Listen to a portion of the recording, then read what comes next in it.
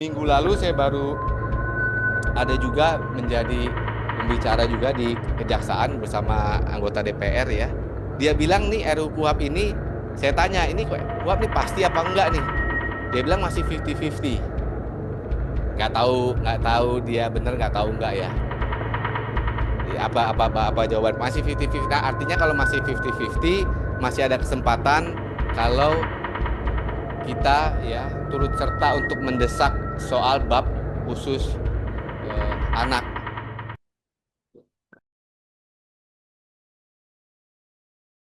Terima kasih. Se- Sebelumnya saya perkenalkan diri saya ya, walaupun tadi sudah diperkenalkan, kayaknya kurang afdol tanpa memperkenalkan diri sendiri. Nama saya Aristo Pangaribuan, saya dosen di Fakultas Hukum UI. Kebetulan saya juga menjabat sebagai direktur di Lembaga Bantuan Hukum UI, sederhananya Lembaga Konsultasi Bantuan Hukum LKBH UI. Nah, LKBH UI ini adalah ya LBH-nya, Bantuan Hukumnya UI. Kita melakukan advokasi juga pendampingan terhadap banyak perkara-perkara, utamanya perkara-perkara yang membutuhkan bantuan hukum. Nah, mungkin perkara yang relevan untuk disebutkan pada sore hari ini adalah terakhir tadi sudah saya sebutkan, LKBH UI bersama dengan LBH Masyarakat menjadi advokat kalau tahu ya perkara tentang pembunuhan parasite ya, pembunuhan orang tua oleh anaknya di Lebak Bulus. Hadir juga Mbak Maria yang juga salah satu advokat yang aktif mendampingi anak tersebut. Jadi paling tidak presentasi saya sore hari ini ada sebagian refleksi dari perkara tersebut. Oke, boleh slide saya ditampilkan, Mas?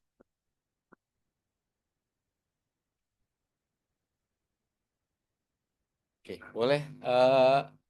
Next. Dan hubungannya dengan RUU KUHP.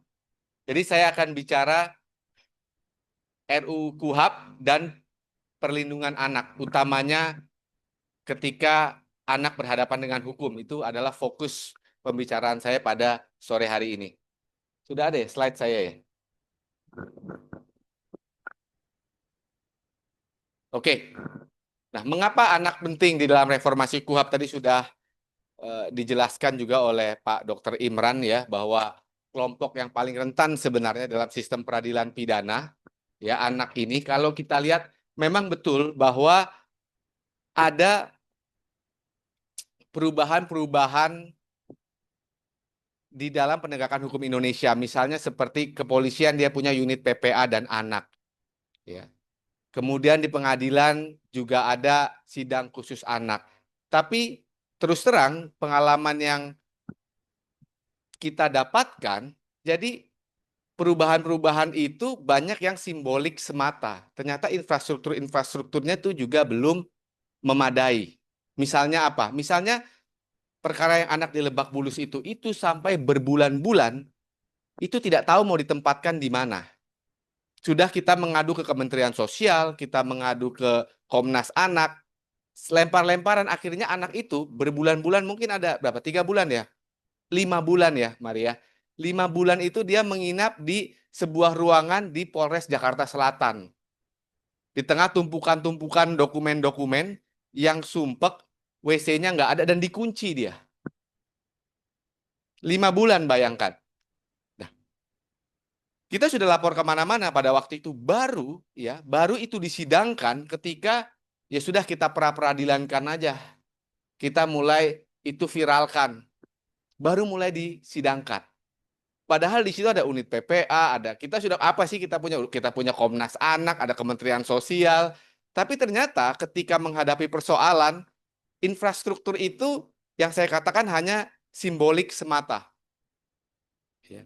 Nanti akan cerita lebih jauh ya. Intinya anak-anak ini adalah kelompok yang paling rentan dalam sistem peradilan pidana. Pertama, persoalannya adalah norma-norma itu memang ada norma-norma dalam SPPA ya, Sistem Peradilan Anak, Perlindungan Anak, Undang-Undang Kesehatan Jiwa, tapi ternyata selain normanya kadang-kadang itu juga terlalu abstrak, artinya operasionalisasinya itu sulit. Yang kedua, ya logistiknya, infrastrukturnya ternyata juga belum siap. Dan persoalannya yang kedua adalah ternyata di dalam RUU KUHP kalau kita lihat DIM terbaru itu sekitar belasan Juli 2025 yang ada di website DPR, itu tidak ada disebutkan soal anak. Misalnya lihat aja, download Ctrl F anak nggak ada. Cuman kata keywordnya kelompok rentan ada, tapi tidak ada soal anak. Bahkan di soal restoratif justice, ya itu tidak ada disebutkan soal anak. Padahal SPPA itu bilang di versi itu wajib misalnya, tapi di KUHP tidak. Jadi tidak sinkron. Nah, Hari Anak Nasional yang jatuh pada tanggal 23 Juli ini dan acara ini adalah rangkaian untuk memperingati itu, menurut saya adalah momentum yang baik supaya kita melakukan refleksi yang sistemik. Nah, sebelum masuk lebih jauh lagi, boleh next. Saya ingin kita refleksi ini. Kenapa sih kok RUU KUHP itu yang RUU KUHP ini kan sebenarnya logika hukum acara pidana, ini operating systemnya. Kalau handphone ini Android atau iPhone ini operating systemnya. Kenapa kok dia luput atau dia tidak menaruh perhatian yang besar kepada hak-hak anak, ya, utamanya anak berhadapan dengan hukum. Tentunya juga anak yang korban, tetapi anak yang berhadapan dengan hukum ini juga persoalan menurut saya yang pada hari ini saya fokuskan. Nah, ini di slide saya ini ada gambar speedometer ya. Ini bukan speedometer Lancer ya, Mbak Cornelia. Enggak, tadi ternyata Lancernya warna hijau, bukan sih, tadi saya sempat Google loh, hijau apa itu? Betul ya?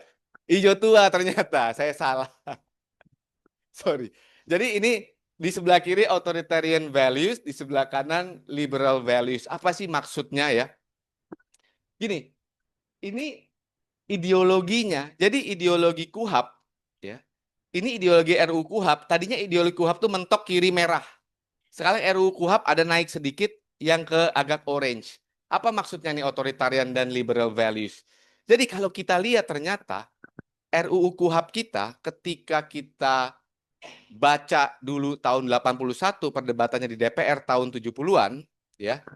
Dan kalau boleh saya promosi dikit ya. Jadi itu perdebatannya ada di buku saya yang baru saya luncurkan. Mohon maaf. Nanti boleh ada sesi tanya jawab ya. Saya bawa 3 buku untuk diberikan secara cuma-cuma. Jadi saya mau mengajak melihat kenapa sih kok hak-hak anak, hak-hak tersangka juga sebenarnya itu agak dilupakan. Kenapa? Karena pada waktu perdebatan KUHP itu ada perdebatan dua nilai antara nilai otoritarianisme dan nilai liberalisme. Pada waktu itu nilai otoritarianisme itu direfleksikan dengan istilah demokrasi Pancasila. Nah, demokrasi Pancasila ini adalah istilah yang bisa digeser ke kiri, bisa digeser ke kanan, tergantung siapa yang menafsirkan. Tapi pada intinya, authoritarian values itu menganggap, oh negara ini paling tahu lah bagaimana mengatur rakyatnya. Ini semacam orang tua yang diktator, yang otoriter. Pokoknya anaknya diatur A, B, C, D, E, F, G, anaknya nggak punya say di dalam peraturan keluarga. Sedangkan liberal values itu adalah kebalikannya. Liberal values itu kan egalitarianisme. Apa sih maksudnya? Jadi negara dan individu itu kalau bisa sejajar, tapi kalau harus ada gapnya nggak jauh-jauh amat. Jadi semacam orang tua yang membebaskan anaknya, semacam orang tua yang membiarkan anaknya untuk menentukan pilihannya sendiri. Sederhananya seperti itu. Dan logika KUHP kita itu yang 81 yang sekarang itu mentok ke kiri. Makanya kalau kita lihat mana ada hak-hak di situ, apalagi hak-hak anak, nggak akan dibahas sama sekali. Padahal pada waktu KUHP tahun 79-81 sudah ada deklarasi hak anak PBB 59. Sudah ada. Sebelumnya undang-undang peradilan, undang-undang tentang perlindungan anak yang pertama kali diterbitkan itu tahun 79 23 Juli yang menjadi latar belakang lahirnya anak itu sudah ada, tapi sama sekali tidak dibahas. Kenapa? Karena pemikirannya itu adalah bagaimana konsentrasi negara ini untuk supaya mudah memenjarakan orang. Maksudnya baik. Kenapa supaya mudah memenjarakan orang? Karena negara punya tanggung jawab untuk memelihara keamanan. Begitulah kira-kira logikanya. Makanya saya nggak heran kalau KUHP kita yang sekarang, yang 81 itu sama sekali tidak dibahas oleh hak anak. Bahkan sebelum Undang-Undang 97, kemudian Perlindungan Anak, SPPA itu kan agak brutal itu penegakan hukum terhadap anak. Karena konsentrasinya nggak ada di situ. Karena logikanya nggak berubah. Logikanya adalah bagaimana negara difasilitasi untuk nangkep orang mudah, nahan orang mudah, menghukum orang mudah. Itu yang saya bilang logika otoritarianisme mentok. Nah, sekarang udah tahun 2025, kita buka RUU KUHAP kita. Berubah nggak paradigmanya? Berubah sedikit, tapi meternya cuma ke kanan doang, sedikit. Nggak sampai di tengah juga nggak sampai. Jadi cuma ada sedikit. Makanya lihat di DIM RUU KUHAP itu. Kenapa? Karena coba kita lihat diskusinya adalah kebanyakan soal kewenangan. Diskusi-diskusi yang teknis seperti ini, bagaimana anak, bagaimana sistem pembuktian, ya kalau mau lihat di buku saya sebenarnya persoalan RUU KUHAP itu utamanya nyawanya adalah sistem pembuktian. Karena sistem pembuktian itu yang menjadi standar seberapa gampang, seberapa mudah, atau seberapa sulit kita ditangkap, kita ditahan, anak ditangkap, anak ditahan. Tapi itu luput sama sekali. Cuman di copy paste aja sekarang. Sama dengan KUHAP yang lama. Apa sih sistem pembuktian kita apa? Coba misalnya. Kan empasisnya terhadap angka, magic number 2 alat bukti. Buat nangkep 2 alat bukti. Buat nahan 2 alat bukti. Buat masukin orang penjara, memidanakan 2 alat bukti juga. Itu jadi reducing kepada mechanical exercise yang saya bilang. Nah itu sebenarnya nyawanya. Tapi RUU KUHAP kita ini berbicara, kewenangan polisi nggak boleh dikurangi. Kewenangan jaksa tambah dong. Untuk melipur lara, ya udahlah advokat boleh mendampingi saksi. Saya bilang itu kosmetik lah sebenarnya. Ya, advokat bolehlah mengajukan keberatan, keberatannya diterima dalam berita acara atau dalam berkas perkara. Itu nggak substansial. Apalagi hak-hak anak seperti ini, ya itu nggak sama sekali nggak substansial. Nggak disebutkan pula pembahasan tentang bagaimana sinkronisasi perlindungan anak, ya misalnya dengan undang-undang yang ada, itu nggak disebutkan juga. Nah ini persoalannya. Jadi itu adalah refleksi. Refleksi apa? Refleksi ideologinya. Jadi ideologinya sekali lagi masih otoritarianisme, ideologinya masih tiger parent, ya, ideologinya masih sentralisasi kekuasaan kepada negara untuk memfasilitasi negara untuk menangkap orang dengan mudah, menahan orang dengan mudah. Saya nggak mau bilang bahwa oh itu 100% salah karena ada justifikasinya. Karena kan memang negara diberikan kewenangan untuk memproteksi society ya. Oleh karena itu kalau kita susah nangkep orang, susah nahan orang, ya akan terjadi chaos juga kemungkinan dalam society. Itu logika berpikirnya. Tapi yang sekarang kita lihat konsekuensinya ya setelah puluhan tahun itu ternyata meternya nggak jauh berubah ke belakang. Maksudnya ke arah kanan ya, ke arah liberal values. Oke, boleh next, Mas.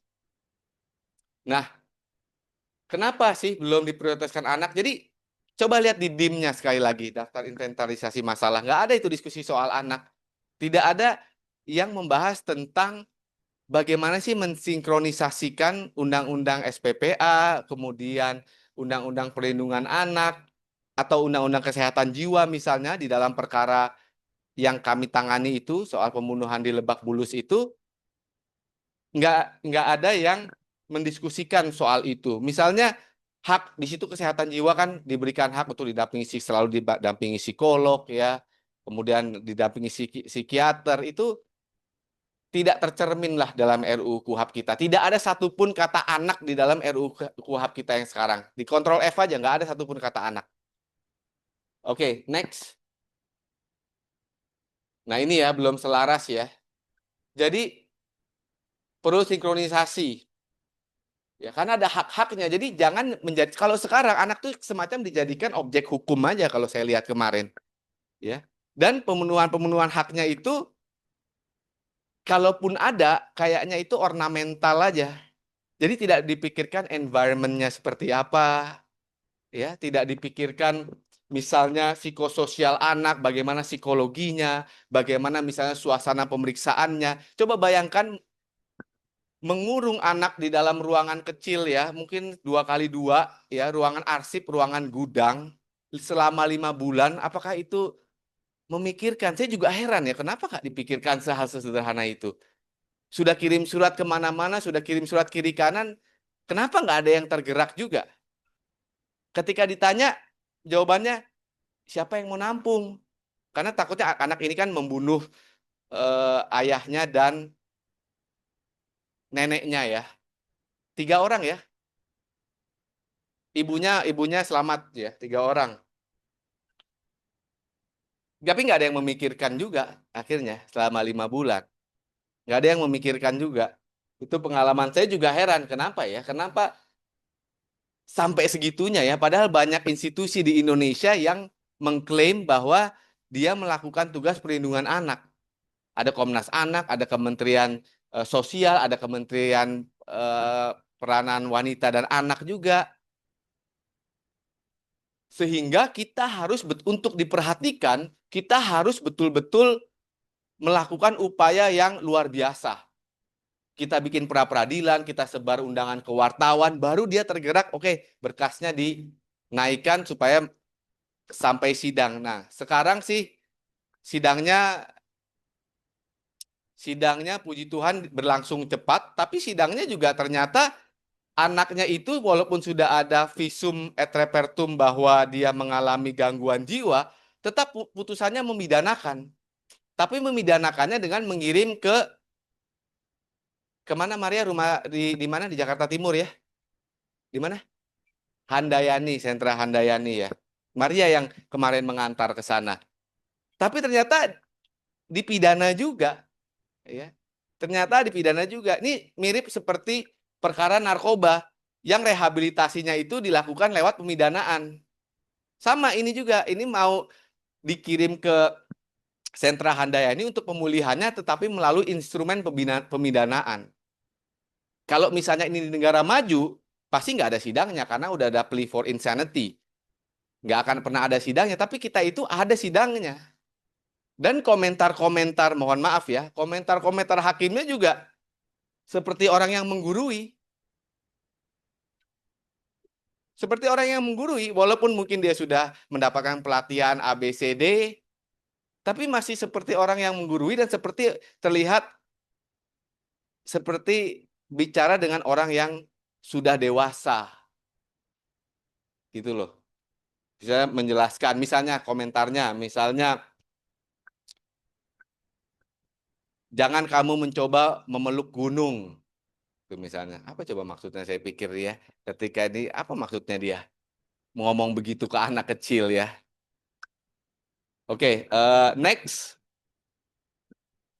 Nah ini tadi diversi dan restoratif justice. Ya. Nggak ada di KUHP itu di versi untuk anak di restoratif justice, nggak ada. Tapi yang ada pasal-pasalnya restoratif justice, usul penyidik berkoordinasi dengan penuntut. Jadi itu formulasinya dikedepankan, siapa yang punya kewenangan. Coba lihat logika RUU KUHP. Kemudian, padahal menurut saya ya, di versi atau restoratif justice itu adalah sebuah umbrella term, karena ini banyak di beberapa undang-undang, justru KUHP harus menyatukan sebenarnya interpretasinya. Ternyata itu tidak dilakukan. Oke, next.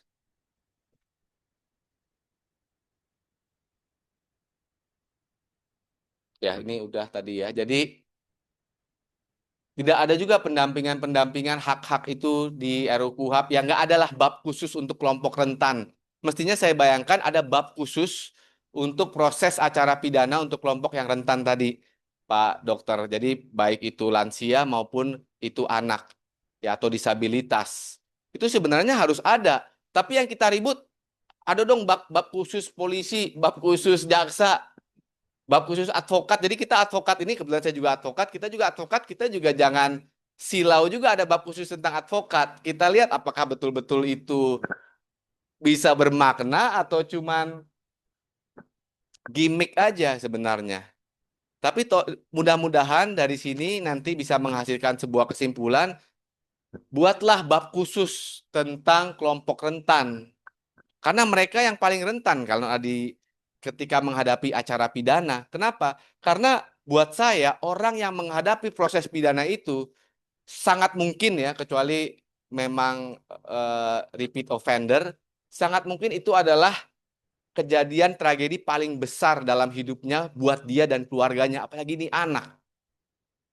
Bayangkan kemarin juga ibunya, ya ibunya MAS itu anak yang di Lebak Bulus, itu ibunya hampir gila juga loh. Jadi saya pikir coba bayangkan ya kalau perasaan ibunya, anaknya tahu dikurung 5 bulan, ibunya sampai bilang sudah sama saya aja, tapi nggak dikasih sama penyidik, padahal nggak ditahan juga, nggak ada surat penahanannya, tapi ditaruh di situ dengan alasan karena tidak ada institusi yang mau menampung. Kalau ibunya bilang sudah saya yang tampung, dikembalikan ke ibunya nggak boleh karena psikiaternya juga bilang tidak disarankan untuk ke ibunya karena dia pernah mencoba membunuh ibunya, tapi dia jadi terkatung-katung. Ya, itu makanya ya harus adalah bab khususnya. Karena orang-orang disabilitas ya atau anak itu persoalan terbesar buat dalam hidupnya, dalam early age dan juga untuk orang tuanya utamanya. Oke, next.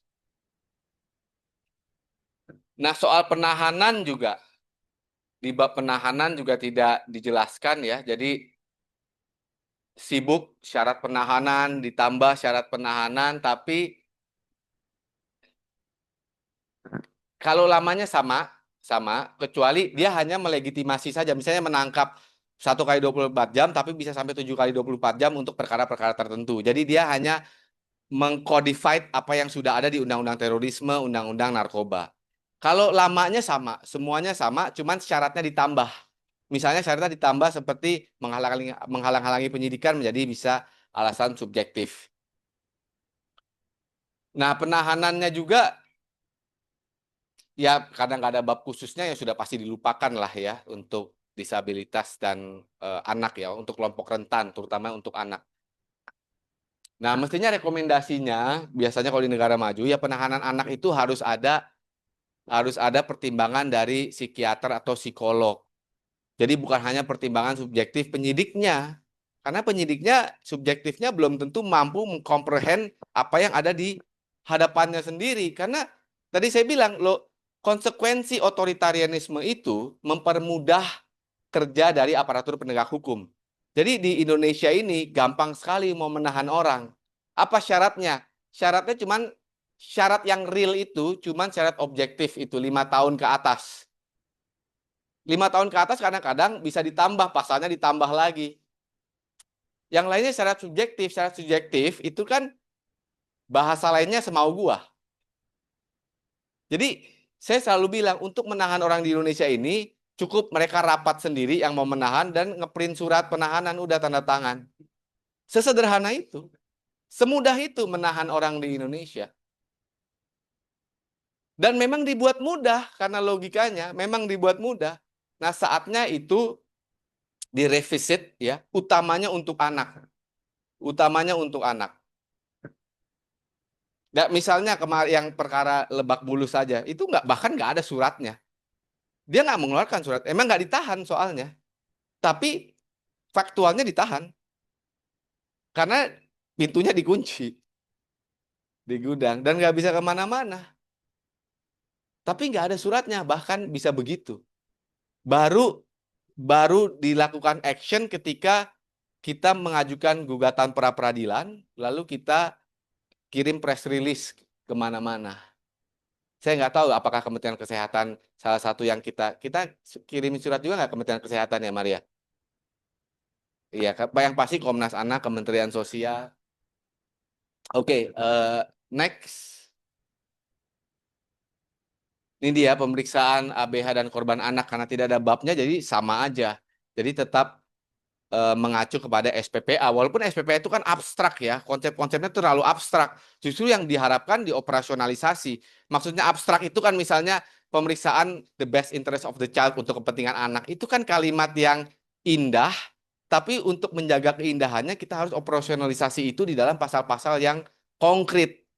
Apa misalnya? Misalnya, pemeriksaan anak itu hanya boleh berlangsung 3 jam atau 4 jam. Nah, itu konkret. Pemeriksaan anak itu harus selalu didampingi psikolog. Misalnya yang bertanya pertanyaannya melalui psikolognya misalnya. Itu konkret. Tapi values yang ada di dalam Undang-Undang Perlindungan Anak, Undang-Undang SPPA itu kan general conception atau abstrak, sesuatu yang perlu diterjemahkan kepada level prakteknya bagaimana.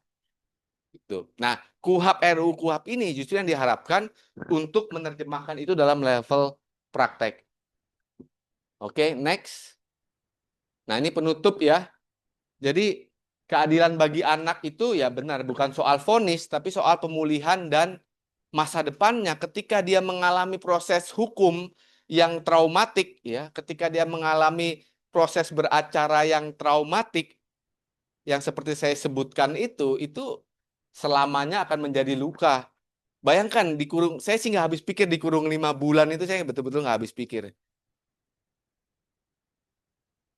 Kemudian RUU KUHAP harus diharmonisasi dengan undang-undang sektoral.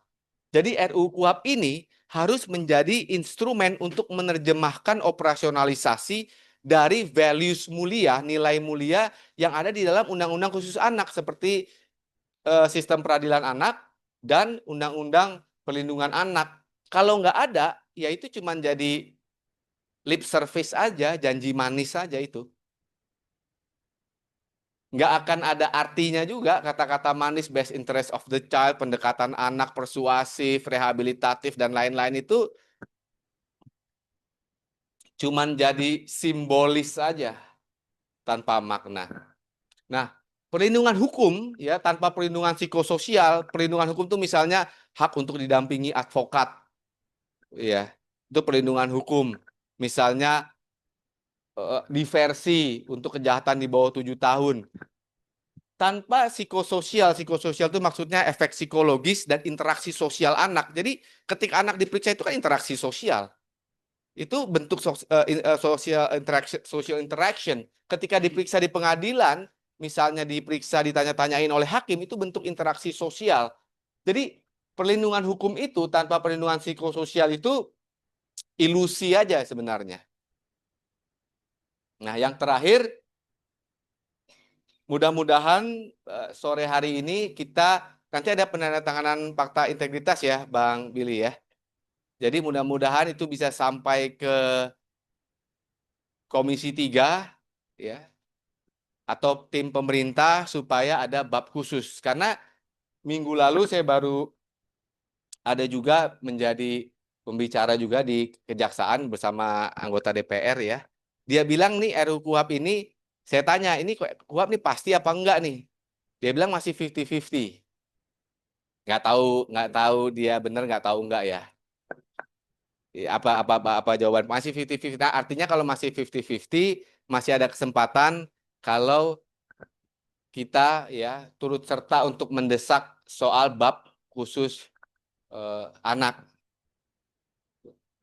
Oke, demikian mudah-mudahan bermanfaat apa yang saya sampaikan dan bisa menjadi bahan masukan, refleksi ataupun diskusi. Terima kasih, saya kembalikan ke moderator.